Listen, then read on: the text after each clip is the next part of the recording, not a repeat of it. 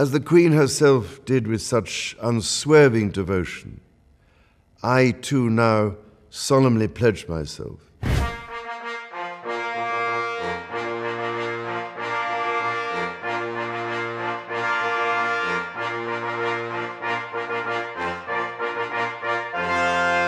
Charles III is the reigning king of the United Kingdom, who has been the heir to the throne for the longest time in the history of Britain. There were many scandals and personal dramas in his life. In this video, we will tell you all about it.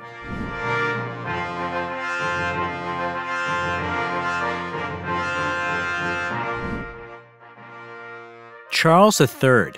How the new King of Britain lives and how he spends his millions. Charles Philip Arthur George Windsor was born on November 14, 1948 at Buckingham Palace, a year after the lavish wedding of Princess Elizabeth and her husband Philip Mountbatten. Charles's father was not present at the birth and was distracted by a game of squash, and when he saw his firstborn, he gave out a funny phrase, comparing his son to plum pudding. The newspapers also reported that the newborn will not become king in the near future, and he may well be 50 or 60 years old when he has a chance to ascend to the throne. These predictions turned out to be even too optimistic for the prince. Later, Charles had a sister Anna and brothers Andrew and Edward. A year later, the prince's father was appointed to serve in Malta, and Elizabeth followed her husband abroad, only occasionally visiting her son in London. 2 years later, Charles's grandfather, King George VI, died, and Elizabeth II ascended the monarch's throne. Thus, already at the age of 3, Charles became the first person in the hierarchy of succession. He was given the title of Duke of Cornwall and then the Prince of Wales, but the formal ceremony took place many years later. Charles grew up a sensitive child and was close to his maternal grandmother, the Queen Mother, who encouraged his love of nature and art. And Winston Churchill, watching him at the age of 3, remarked, "He's too young to think so much." The boy studied piano, trumpet, and cello, although he considered himself to be hopeless in music. What he was really hopeless at was sailing, which his father enjoyed very much. Charles recalled that he constantly received scolding from his dad. In general, Charles's relationship with his father was difficult. Philip often showed cruelty in the upbringing of his son. His reproaches and criticism brought the prince to tears. There was no strong emotional connection with the mother either. According to Charles, she was not exactly indifferent, but detached. At the same time, the prince listened with interest to the conversations of adults. In the Scottish castle of Balmoral, he did it through an outlet in his bathroom, thanks to the ancient architecture of the building. From the age of 5 to 8, the prince received home education, which was handled by his governess, and then the first of the heirs to the British throne began to attend the elite London school of Hill House. He was good at reading and writing, but math was quite difficult for him. Soon his father transferred Charles to the boarding school Cheam, where he studied on his own. But the young heir was much more vulnerable and homesick, often crying furtively, and became a favorite target of classmates. They laughed at his protruding ears, calling him big-eared and Dumbo, after the elephant from the famous cartoon. In addition, the boy was often sick and suffered flogging for violating the rules of the school, which was a common punishment at that time.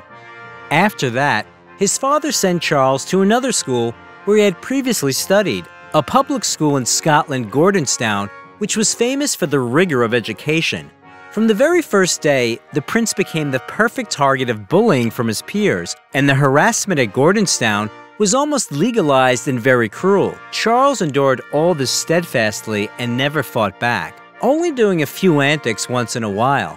For example, at the age of 14, he went to a nearby pub where he ordered cherry brandy, but unfortunately there was a reporter in the establishment.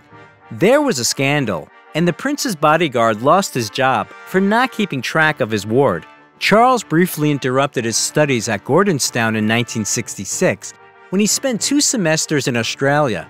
He later called this time the most enjoyable part of his education. Also, the prince participated in dozens of official events for the first time as an independent figure.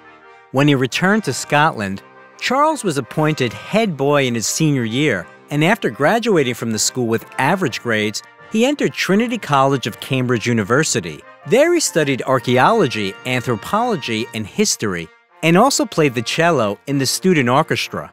A year before graduating from Cambridge, in 1969, the prince spent a semester at the University of Aberystwyth in Wales and began Welsh language lessons with the nationalist Teddy Millward before formally accepting the title of Prince of Wales. After the ceremony, the heir to the crown became an active participant in the public life of England. He was appointed Commander-in-Chief of the Royal Welsh Regiment, and the following year attended a meeting of the British cabinet. In 1970, Charles received a Bachelor of Arts degree, and 5 years later, according to the tradition of Cambridge University, he was initiated into the Masters of Arts. By the way, in different years, the prince proved himself to be a skilled writer. He is the author of many books devoted to painting, architecture, gardening, and ecology. In addition, he tried his hand at screenwriting of some little-known documentaries. In 1971, the young man completed a training course and was officially enrolled in the British Air Force as a helicopter and fighter pilot. Then he voluntarily transferred to the Navy, where he spent another couple of years of his life. By the way, the Royal Air gave up on piloting aircraft in 1994 after he crashed a passenger plane on the Hebrides Islands off the coast of Scotland. In the 70s, Charles took part in meetings of the House of Lords several times and applied for the post of Governor-General of Australia. However, due to the constitutional crisis, he refused this appointment. He also often hosted ambassadors of other states and visited foreign countries as a representative of the British monarchy. And during one such visit to the United States in 1971, a funny incident occurred. President Nixon tried to get his daughter Tricia and Charles together. He arranged for the girl to be seated next to the British prince at all events, which annoyed and amused Charles at the same time. The prince was a ladies' man in his youth. They say he had a student affair with the daughter of the Chilean ambassador, Lucia Santa Cruz, and she introduced Charles to Camilla Shand at one of the parties a few years later. Charles, confident that his family would choose a life partner for him anyway, happily plunged into another non-binding romance. But unexpectedly, even for himself, he fell in love. Charles and Camilla tried to see each other every time they had the opportunity, and they also called each other regularly and could talk on the phone for hours. But Camilla was not suitable for the role of a wife because the future queen was required to have aristocratic origin and chastity. She had neither of them. Elizabeth II didn't approve of her son's choice, and soon he went to serve in the West Indies. And it was made clear to Camilla that she was not a match for the royal heir. In 1973, she married Andrew Parker Bowles, and then the couple had 2 children. And Charles wanted to marry his second cousin, Amanda Knatchbull, but she refused to join the royal family after her grandfather, Earl Mountbatten, was murdered by Republicans. The prince also met Lady Jane Wellesley, daughter of the Duke of Wellington. Rumors about their imminent engagement were actively circulated in the media for many months, but it turned out that the young people quietly broke up. The girl didn't like the attention paid to them as a couple, and she wasn't going to adapt to the archaic rules of the royal dynasty. Aside from writing, Charles was fond of magic tricks and was even accepted into the Magic Circle in 1975 after successfully passing the exam, performing a trick with a cup and a ball. However, it should be noted that his exam was a formality because the certificate of entry into the organization was signed before the audition. After returning from military service to London, Charles began his active engagement in charity work. He founded the Prince's Foundation and 16 other organizations working in the field of environmental preservation and improvement of the urban environment, and hundreds of various socially significant organizations are under his patronage. For example, he supports various liberal projects aimed at recognizing the rights of sexual minorities and small nations. However, Charles was repeatedly accused of the fact that rich foreigners making donations receive benefits and preferences, for example, knighthoods. Nor does he avoid contacting questionable donors, so almost $2 million was transferred to his fund by the half-brothers of Osama bin Laden. In 1980, The prince wrote a children's book called The Old Man of Lochnagar, based on stories he told his younger brothers, Prince Andrew and Prince Edward. Later, a short animated film was made based on the book, narrated by the king. Then the story inspired a musical production and even a ballet. Meanwhile, the family insisted that Charles settle down and choose a bride. The list of candidates was so short that the prince even made a joke. Maybe I should change my orientation. Anyway, he offered his hand and his heart to the Scottish Anna Wallis, but she refused. It didn't work out with Princess Caroline of Monaco either. For some time, the prince was seeing Sarah Spencer, but this relationship ended. Then her younger sister Diana appeared on the horizon. She was a perfect match for the royal family, and on February 6, 1981, Charles proposed. Charles didn't even try to hide the fact that he was not in love with the fiancée and answered the journalist's question vaguely, whatever the word in love means, but Diana answered, "Of course I'm in love," despite the fact that before the wedding, which took place on July 29th in St. Paul's Cathedral, they met only 13 times. For the first years, the couple managed to maintain the appearance of a happy family. In 1981, their son William was born, and in 1984, Diana gave birth to Harry. In an interview, Diana said that during her second pregnancy, her relationship with her husband warmed up significantly, and it seemed that everything was fine. But Prince Charles continued to meet with Camilla, and in the early 90s, the extramarital affair was all over the news already. In retaliation, Diana also started dating other men. In 1993, one of the loudest and dirtiest scandals involving the name of the future king and queen consort broke out. A transcript of a very intimate conversation between Charles and Camilla appeared in the media. The political elite, usually loyal to the future king, was shocked, and some openly expressed doubts that the prince was suitable for the role of ruler. Many even doubted that the reputation of the royal family would ever recover. Charles and Diana were already living separately at that time, which also became known to the press. And in 1996, this marriage ended in divorce and the signing of a confidentiality agreement. Camilla divorced her husband a year earlier, and Prince Charles wanted to get his permission from his mother for his wedding with his beloved. But the accident that claimed Diana's life forced him to postpone it. Parker Bowles was disliked by the people. They considered her the destroyer of the family and the culprit of the tragic death of Lady Diana. Charles, on the other hand, reportedly initiated the royal funeral for Diana and quarreled with his mother over it. When the wave of negativity around Camilla and her romance with Charles subsided, they finally married in 2005. For the first time in the history of the British crown, the union was not consecrated by the church, and the Queen was not present at the civil ceremony. The prince's wife received the titles of her husband, but chose to give up the titles of Princess of Wales, Diana's title, using another one, the Duchess of Cornwall. In 2012, Elizabeth II awarded her son the highest honorary title in all the British Armed Forces, Admiral of the Fleet, Field Marshal, and Marshal of the Royal Air Force. And at the same time, the prince's work on the conservation of tropical forests and drawing attention to the problems of climate change was noted in a very original way. A recently discovered and endangered species of the Ecuadorian tree frog was named after him. In his spare time from royal duties, the heir to the throne is fond of polo, loves fishing, and watercolor painting.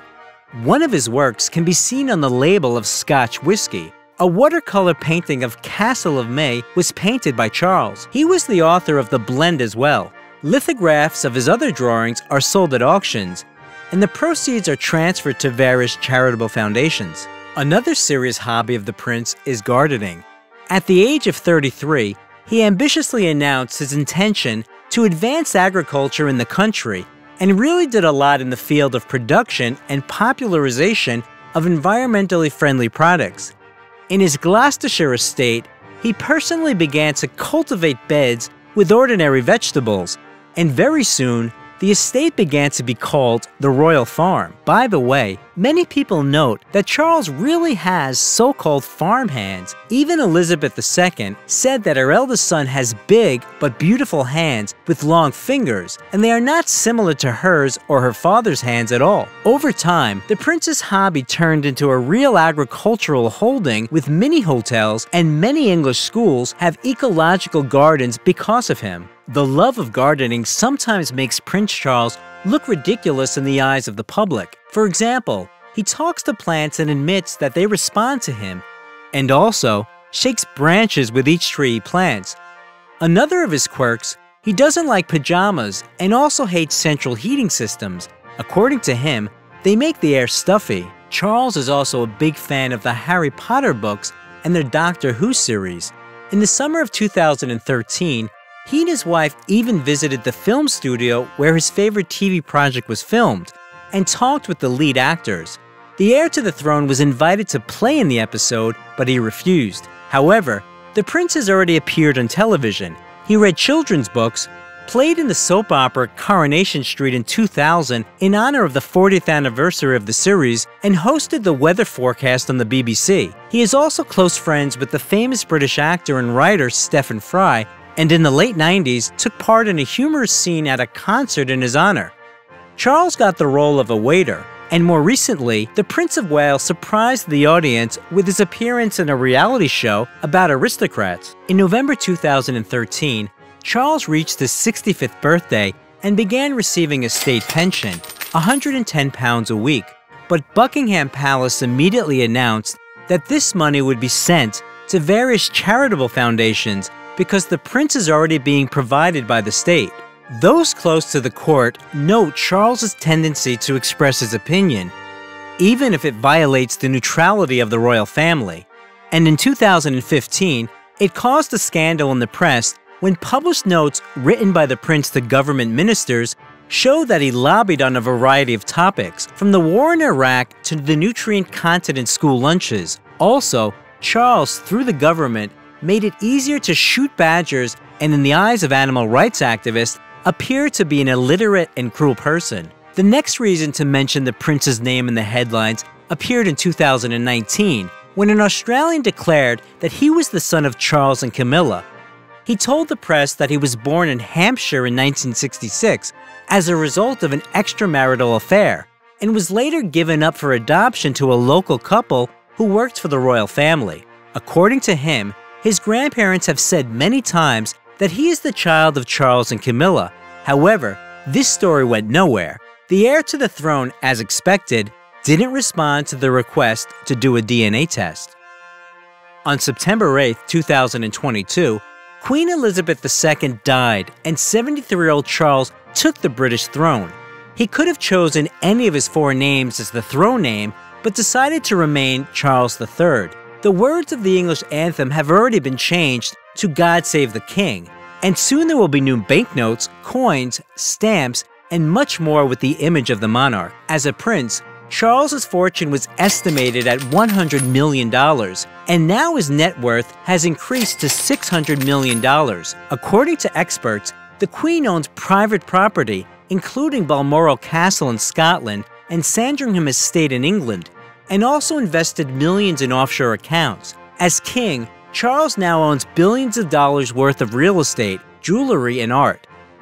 However, they don't belong to him because they are tied to the title and cannot be sold. Charles is now in charge of the Duchy of Lancaster, which owns many architectural and natural monuments and which profits from agricultural land, rental of historical real estate, and financial investments.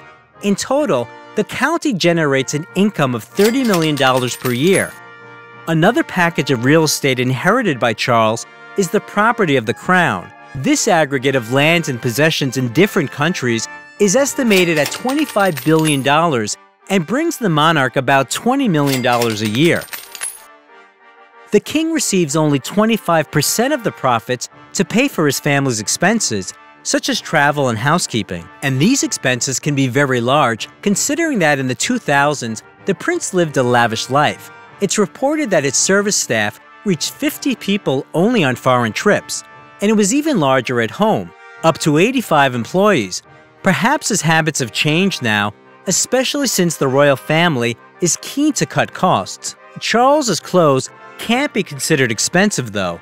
He stands for eco-friendly fashion and has been wearing the same clothes for decades. The only problem for him is that he can't always fit into some of his old coats and jackets. At the same time, the fashion experts have repeatedly noted Charles's style, and he himself joked that he was maneuvering between a trendsetter and the worst example of a man's wardrobe. His time to shine comes about every 25 years. The British monarch traditionally resides in Buckingham Palace, but it is currently under reconstruction until 2027. Most likely, Charles and Camilla will remain at their London residence Clarence House until then. In general, the new king dislikes Buckingham Palace and suggests making it more open to the public, holding state banquets there and other official events, but living in other, more comfortable palaces. It is unlikely that Charles will leave his country residence, the Highgrove estate. The prince has lived there for more than 40 years, having managed to repair the house and, of course, build an organic farm on the property.